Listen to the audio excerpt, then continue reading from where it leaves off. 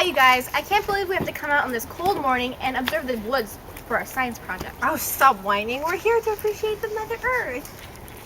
Well, I'd rather be in the mall watching a movie or something. Movies? I love Yeah. movies. Oh, wait. Guys, speaking of which, did you guys know that the first movie theater was established in Germany in Okay, 1798? Harold, I'm sick of your nerdiness. Stop it, you guys. Let's just start the science project and get it over with.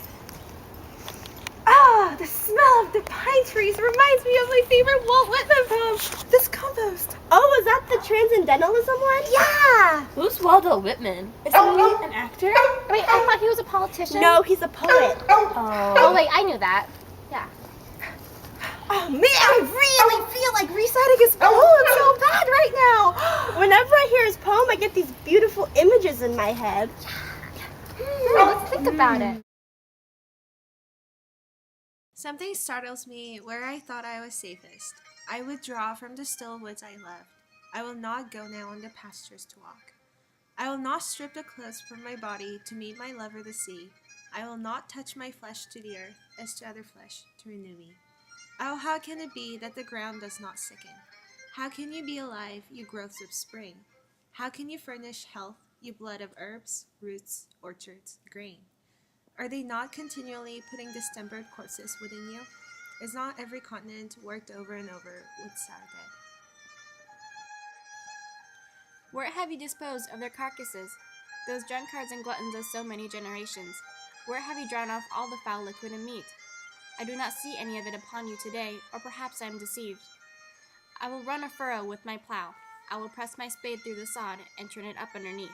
I am sure I shall expose some of the foul meat. Behold this compost, behold it well. Perhaps every mite has once formed part of a sick person. Yet behold, the grass of spring covers the prairies. The bean bursts noiselessly through the mold in the garden. The delicate spear of the onion pierces upward. The apple buds cluster together on the apple branches. The resurrection of the wheat appears with pale visage out of its graves. The tinge awakes over the willow tree and the mulberry tree. The he-birds carol mornings and evenings, while the she-birds sit on their nests. The young of poultry break through the hatchet eggs. The newborn of animals appear. The calf is dropped from the cow, the colt from the mare. Out of its little hill faithfully rise the potato's dark green leaves. Out of its hill rises the yellow maize stalk. The lilacs bloom in the dooryards. The summer growth is innocent and disdainful above all those strata of sour dead. But guys, I'm so confused. I don't understand what this poem's about. What is it about? Well, Susie Q, we'll explain it to you. The first section is just talking about his amazement at the regeneration and rebirth of the nature. In the second section, there's montages, like, for example, of young poultry and newborn animals that represent rebirth and regeneration.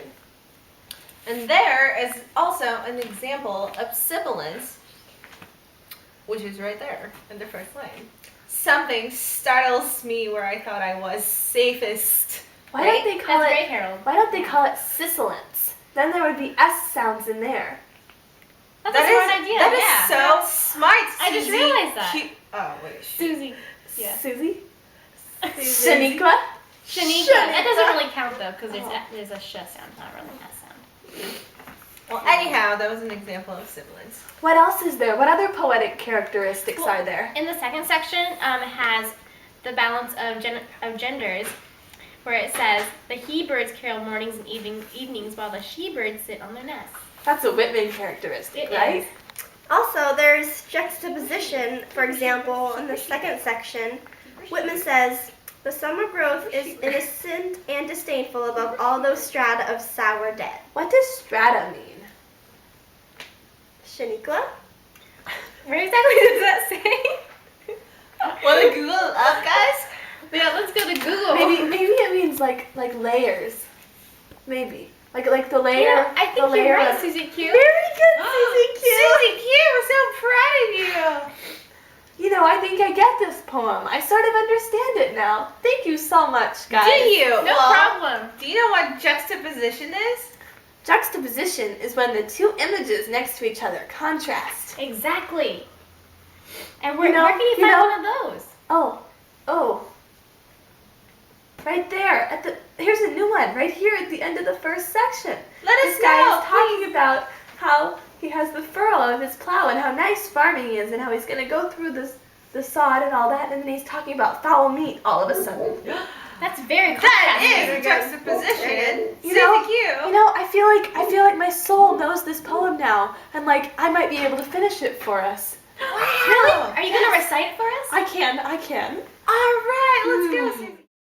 What chemistry, that the winds are really not infectious, that this is no cheat, this transparent greenwash of the sea, which is so amorous after me, that it is safe to allow it to lick my naked body all over with its tongues, that it will not endanger me with the fevers that have deposited themselves in it, that all is clean forever and forever, that the cool drink from the well tastes so good, that the blackberries are so flavorous and juicy, that the fruits from the apple orchard and of the orange orchard, that melons, grapes, peaches, plums, none of them will poison me, that when I recline on the grass I do not catch any disease, though probably every spear of grass rises out of what was once a catching disease. Now I am terrified at the earth. It is that calm and patient. It grows such sweet things out of such corruptions. It turns harmless and stainless on its axis with such endless successions of diseased corpses. It distills such exquisite winds out of such infused fetor. It renews with such unwitting looks. Its prodigal, annual, sumptuous crops. It gives such divine materials to men and accepts such leavings from them at last. Wow, I'm so glad we did this in the woods. I know, me too. I'm so glad our science project was out here. I love poetry. I love Waldo Whitman. Susie Q. Walt Whitman. Oh, sorry. Yay!